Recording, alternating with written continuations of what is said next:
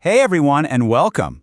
So have you ever stared at one of those crazy circuit diagrams in your textbook and just frozen? Wondering where on earth to even start? Well, if that's you, you're in exactly the right place. Today, we're going to totally demystify those numerical problems for electric current, and we'll do it step by step. All right, so here's our game plan. We're starting with the golden rule, Ohm's law. It's the foundation for everything. Then we'll look at what happens when you line up resistors in series, and what happens when you give them separate paths, which is in parallel. After that, we'll get into the really fun stuff, tackling complex circuits by combining both. And to wrap it all up, we'll see why any of this matters by calculating electric power. That's the real-world payoff. So, think about this for a second. You know those holiday lights, right? The old kind, where if one bulb goes out, the whole string just dies. But when one bulb in your house burns out, the rest of the lights are totally fine. Ever wonder why? Well, the answer is literally what we're talking about today, series and parallel circuits. And by the end of this explainer, you're going to know exactly why that happens. So let's jump right in with the first and most important rule of circuits. All right, first up, the big one. This is the most important tool in your entire physics toolkit. I'm not kidding. It's Ohm's law. And honestly, if you can master this one little rule, you are halfway to solving pretty much any circuit problem they could ever throw at you on an exam. You know, it all boils down to this one beautifully simple formula, V equals I times R. That's it. So V is your voltage, right? That's the electrical push, measured in volts. I is the current, which is the actual flow of electricity, and we measure that in amperes, or just amps. And R is the resistance, the thing trying to slow that flow down, measured in ohms. Understanding how these three play together, well, that's the key that unlocks everything else. Okay, let's get a quick win under our belt to build some confidence. So imagine a problem gives you a current of 2 amps flowing through a resistor of 10 ohms. The question is, what's the voltage? Step 1, what do we know? We know I is 2 and R is 10. Easy. Step 2, what's our formula? V equals IR. And step 3, just plug it in and solve. V equals 2 amps times 10 ohms, which gives us 20 volts. See? Simple as that. Okay, pay close attention here, because this is the crucial distinction. In a series circuit, think back to those old holiday lights, the current only has one single path to follow, so the current is the same everywhere. But in a parallel circuit, like the wiring in your house, the path splits, the current divides up. This one fundamental difference changes everything about how we solve the problem. If you can get this idea locked in, the rest is going to be so much easier. So keeping that distinction in mind, let's dive into our first type of circuit, resistors in series. And the key word you got to remember here is single, one single path. And here's the really good news. Calculating the total resistance, what we call the equivalent resistance, for a series circuit is about as easy as it gets. You literally just add them up. That's it. If you've got resistors R1, R2, and R3 all in a line, the total resistance is just R1 plus R2 plus R3. Simple addition. Okay, let's actually picture this in our minds. Imagine you've got a 30-volt battery. The current flows out of the battery. It goes through a 5-ohm resistor, and then right after that, it flows through a 10-ohm resistor before it heads back to the battery. See? There are no forks in the road. It's just one continuous, single loop.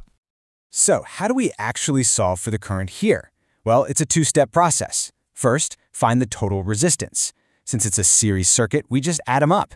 5 ohms plus 10 ohms gives us a total of 15 ohms.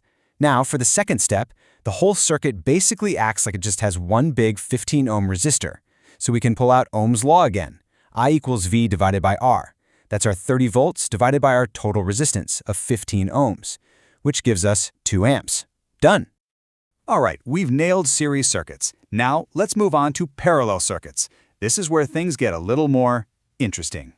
The key thing to remember, the current now has choices. It gets to a fork in the road, and it splits up. Okay, the formula for this looks a little weird at first, I'll admit. But the logic is still pretty straightforward. Instead of just adding the resistances like we did before, we add their reciprocals, 1 over the number. So the formula is 1 over the total resistance equals 1 over R1 plus 1 over R2 plus 1 over R3, and so on for however many you have. Let's go back to our 30-volt battery. But this time, imagine the wire coming out of the battery splits into 2 separate branches. Down one path, there's a 10-ohm resistor. Down the other path, there's a 15-ohm resistor. The current divides, goes through both, and then the 2 paths join back together again before returning to the battery. Okay, let's solve this one. We use our formula. 1 over the total resistance equals 1 over 10 plus 1 over 15. To add these fractions, we need a common denominator, which is 30.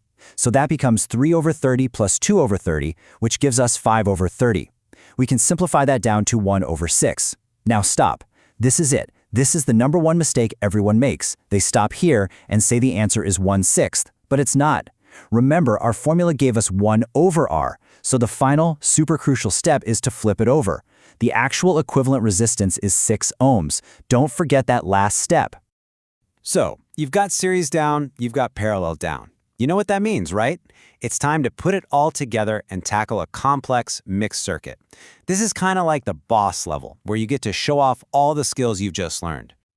Okay, take a look at this. We have a resistor, R1, which is in series, but right after it, the circuit splits into 2 parallel branches with R2 and R3. It looks complicated, right? But the secret here is simple. Don't panic. The strategy is always to break it down. Find the smaller, simpler parts that you already know how to deal with. So our strategy is to simplify. What's the messiest part of this circuit? Well, it's that parallel section with R2 and R3. So let's just focus on that piece first and find its equivalent resistance. But wait a second. A 10 ohm and a 15 ohm resistor in parallel? We literally just solved that. We already know the equivalent resistance for that whole parallel chunk is 6 ohms. See, we've already done half the work. This is the cool part. You can now redraw the circuit either in your head or on paper. You take that whole parallel mess and you replace it with one single 6 ohm resistor. And what are we left with? Look at that. It's just a simple series circuit now. We have our original 4 ohm resistor followed by our new 6 ohm equivalent resistor. We turned something complex into something super easy. And now the final step is a total piece of cake. We have a simple series circuit with a 4 ohm and a 6 ohm resistor. So what's the total resistance? We just add them. 4 plus 6 is 10. 10 ohms. That's it. That is the total equivalent resistance for that entire complicated-looking circuit. So, you might be thinking, okay, that's cool, but why do we care? What's the point of finding the total resistance? Well, the point is power. All this math allows us to figure out how much energy a circuit is actually using, which is probably one of the most critical real-world applications there is. So electric power, which we measure in watts, is really just the rate at which something uses electrical energy. And the best part for us is that we don't just have one formula to find it, we've got a whole toolkit. We have P equals V times I, P equals I squared times R, and P equals V squared over R. You don't have to memorize all of them for every situation, you just pick the one that's most convenient based on the numbers you already know. Okay, let's actually apply this to the circuit we just solved. We had a 30-volt battery, and we found the total resistance was 10 ohms. So first, let's find the total current for the whole circuit. Using Ohm's law, I equals V over R, that's 30 volts divided by 10 ohms, which is 3 amps. Now, think about resistor R1. It was on the main path, before the current split. That means the entire 3 amps flows through it. So now we can calculate its power. Let's use P equals I squared R. So we take our current, 3 amps, and square it, that's 9. Then we multiply by its resistance, which was 4 ohms. 9 times 4 gives us 36 watts. So, really, the biggest takeaway here is this. It doesn't matter how crazy or complicated a circuit diagram looks at first glance, the strategy is always the same. You identify the different parts, you simplify them one piece at a time, and then you solve. It's all about breaking down one big, scary problem into a bunch of small, easy ones. All right, now it's your turn to put this into practice. Here's a challenge for you. Imagine you have a wire with a total resistance of 50 ohms. You cut it into 5 equal parts. First question, what's the resistance of each little piece? And second, if you take those 5 pieces and connect them all in parallel, what's the new equivalent resistance? Give it a shot, think through the steps, apply those formulas we just talked about, and definitely drop your answer in the comments. Thanks so much for watching, and good luck with your studies.